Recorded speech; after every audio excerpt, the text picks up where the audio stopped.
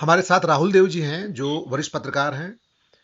4 PM news channel YouTube पे है, 7 million subscriber हैं, उसे आज अचानक बंद कर दिया गया है। इस पर हम जानना चाहेंगे आदरणीय राहुल जी की क्या प्रतिक्रिया है। यशवंत, मैं अभी नहीं जानता इसके विस्तार के बारे में। मैंने अभी सिर्फ कुछ मिनट पहले ही संजय शर्मा की वो पोस्ट देखी कि वो बंद कर दिया गया है। और चूंकि उन्होंने उल्लेख नहीं किया है तो मैं भी ये मान लेता हूँ कि उनको भी शायद बताया नहीं गया नहीं, होगा। उसका स्क्रीन शॉट है। जब आप उनके यूट्यूब चैनल पे जाएंगे, आप हाँ। सर्च करेंगे तो उसमें लिखा हुआ आ रहा है कि नेशनल सिक्योरिटी के खतरे को देखते हुए बंद किया गया है। अच्छा, जी अच्छा। जी। तो उन्होंने ऐसा क्या कहा और दिखाया जिससे राष्ट्रीय सुरक्षा को खतरा पैदा हो गया, ये बताने की जिम्मेदारी सरकार के ऊपर है और उन अधिकारियों पे है जिन्होंने ये फैसला किया। और देश भर के पत्रकारों की ओर से, मीडिया की ओर से मैं ये अपेक्षा करता हूँ कि सरकार इसको आगे बढ़कर खुद बताएगी, क्योंकि सर्वोच्च न्यायालय भी ये कह चुका है कि कोई भी चीज बंद करने या किसी को गिरफ्तार करने से पहले उसके कारण लिख कर दिया जाना जरूरी है। और ये तो एक कानूनी बात हुई, औपचारिक बात हुई। लेकिन जितना मैंने 4 PM को देखा है, जितना मैं संजय को जानता हूँ और जो उसका रिकॉर्ड रहा है, उस पर वो कुछ ऐसा कर सकते हैं या कह सकते हैं, दिखा सकते हैं जो राष्ट्रीय सुरक्षा के लिए खतरा हो, ये बिल्कुल ही बकवास है। मैं इस पर, मैं क्या, कोई भी जो उनको जानता है वो इस पर विश्वास नहीं करेगा। लेकिन ये कोई अकेली घटना नहीं है। मुझे आश्चर्य सिर्फ इस बात का है कि इतनी बड़ी दर्शक संख्या जिसकी है, इस मंच की, उसे एक झटके में ऐसे बंद कर दिया जाए, तो इससे कई चीजें पता चलती हैं। एक तो ये उन सबके लिए संदेश है जिनके सदस्य, सब्सक्राइबर्स बहुत सारे हैं और उनको ये लगता है कि शायद सब्सक्राइबर्स की बड़ी संख्या हमें एक सुरक्षा देगी, एक कवच देगी। लेकिन सर, ये संदेश साफ है कि अब आप कुछ भी हो और कितने भी बड़े हो, अगर हमें आप पसंद नहीं है तो हम कुछ भी कहकर आपको बंद कर सकते हैं। और ये तो अभी उनका चैनल ही बंद किया गया है। मैं आशा करता हूँ कि बात इसके आगे नहीं बढ़ेगी। लेकिन हम देख रहे हैं कि विश्वविद्यालयों के, कॉलेजों के प्रोफेसरों के खिलाफ, शिक्षकों के खिलाफ FIR की जा रही है। तो एक धीरे धीरे एक मौन, मौन भी नहीं है, ये बड़ी मुखर है, लेकिन एक मैं कहूंगा कि स्वतंत्र आवाजों के दमन और उनको चुप कराने की कोशिशें अब लगभग इतने खुले रूप में हो रही हैं कि जो भी लोकतंत्र की और अभिव्यक्ति की स्वतंत्रता की और प्रेस की आजादी को कीमती समझते हैं लोकतंत्र के स्वास्थ्य के लिए, उन्हें बहुत ज्यादा चिंतित होने की जरूरत है। इस समय सरकार के पास, सारे प्रशासनों के पास एक बड़ा आसान मौका है और बहाना है कि पहलगाम में इतना बड़ा हमला हुआ और ये भारत के सामने इतनी बड़ी चुनौती है आतंकवाद की, उससे निपटने के लिए ये करना जरूरी है। और ऐसे समय में सरकारों की अपेक्षा ये होती है, और इनकी तो ज्यादा ही है, कि किसी भी तरह की कोई आलोचना बर्दाश्त नहीं की जाएगी।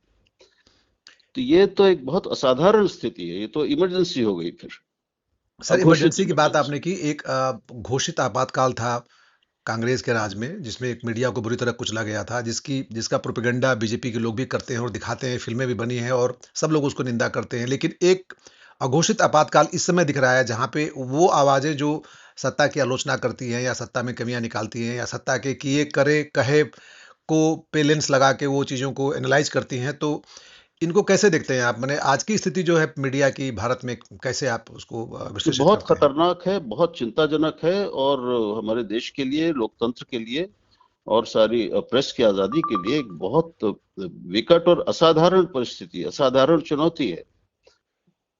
मीडिया का काम क्या है, पत्रकारों का काम क्या है? उनका काम सवाल उठाना ही है। वो सरकारी प्रवक्ता नहीं बन सकते।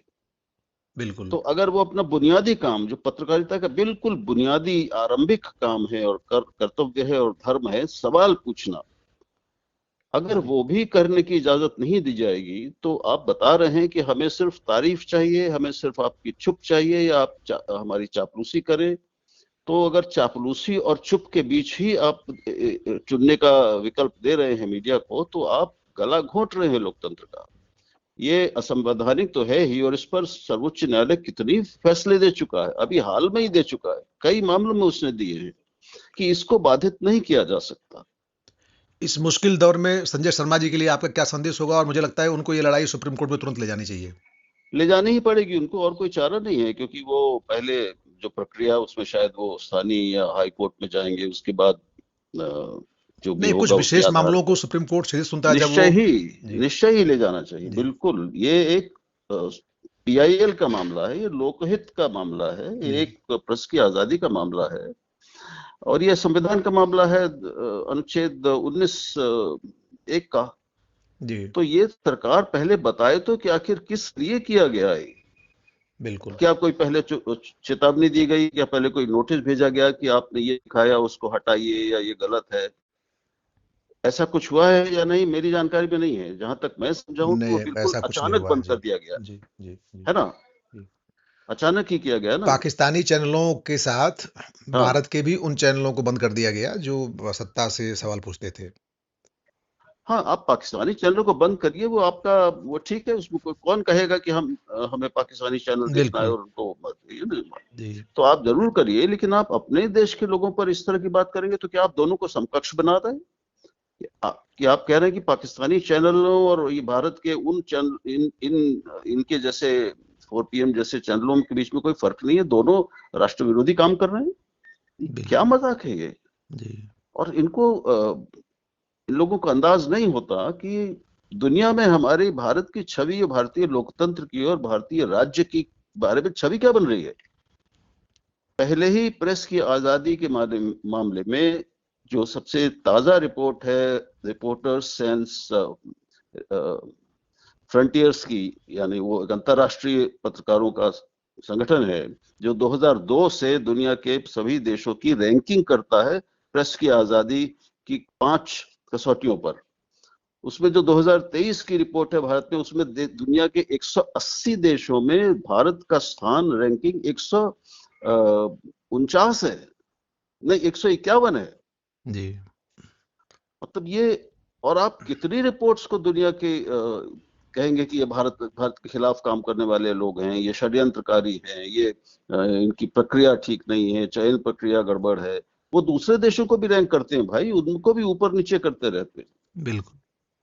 तो ये कोई अकेले केवल भारत को कमजोर करने के लिए दुनिया भर का हर संगठन, केवल अंतर्राष्ट्रीय संगठन भारत पर ही हमले के लिए ये सब कर रहा है, ये मूर्खतापूर्ण बात है। बिल्कुल। तो ये बहुत भयानक है। और मैं तो पहले यही कहूंगा, और यही बात लेकर हमें अदालत में और संजय को जाना चाहिए कि भाई कारण बताइए, पहले आप स्पेसिफिक कारण बताइए, और प्रक्रिया का पालन किया गया कि नहीं। आप कुछ भी बंद करने से पहले कोई आपने उनको सूचित किया, उनको बता के कहा, आपने अपनी कोई आपत्ति जाहिर की, कोई चेतावनी दी, क्या किया? क्या आपको जानकारी है यशवंत की कोई नोटिस दिया गया या कुछ नहीं, बिल्कुल नहीं, सूचना दी बिल्कुल नहीं। गई? नहीं, कोई नोटिस नहीं दिया गया है। जी। अचानक कैसे बंद कर सकते हैं? और जो दिन रात हिंदू मुस्लिम करके देश में घृणा फैला रहे हैं, गाली गलौज कर रहे हैं, सोशल मीडिया गाली पे गलौज टारगेट कर कर रहे हैं रहे लोग। हैं, जो जी। लोगों को सीधी धमकियां दे रहे हैं, उन पर आपके कोई कोई कार्यवाही नहीं, अब उनको एक चेतावनी भी नहीं दी जाती, बल्कि उनको उनको संरक्षण है। उनको पूरी तरह संरक्षण है, वो सबको दिख रहा है। जी।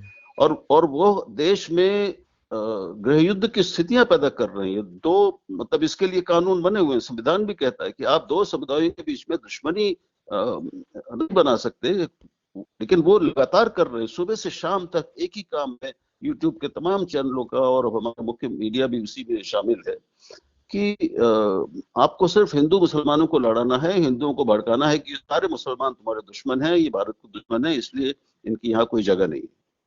तो अगर ये भारत के अमृत काल में भारत के भविष्य निर्माण की, विकसित भारत की एक सीढ़ी है, तो फिर भगवान ही मालिक है भारत का, इस पे क्या कहा जाए। लेकिन ये एक ऐसा मामला है जिस पर सभी पत्रकारों को मिलकर, संगठनों को मिलकर एक स्वर से इसका विरोध करना चाहिए, आवाज उठानी चाहिए, और जो भी कानूनी विकल्प और उपाय मौजूद हैं उनका इस्तेमाल करना चाहिए।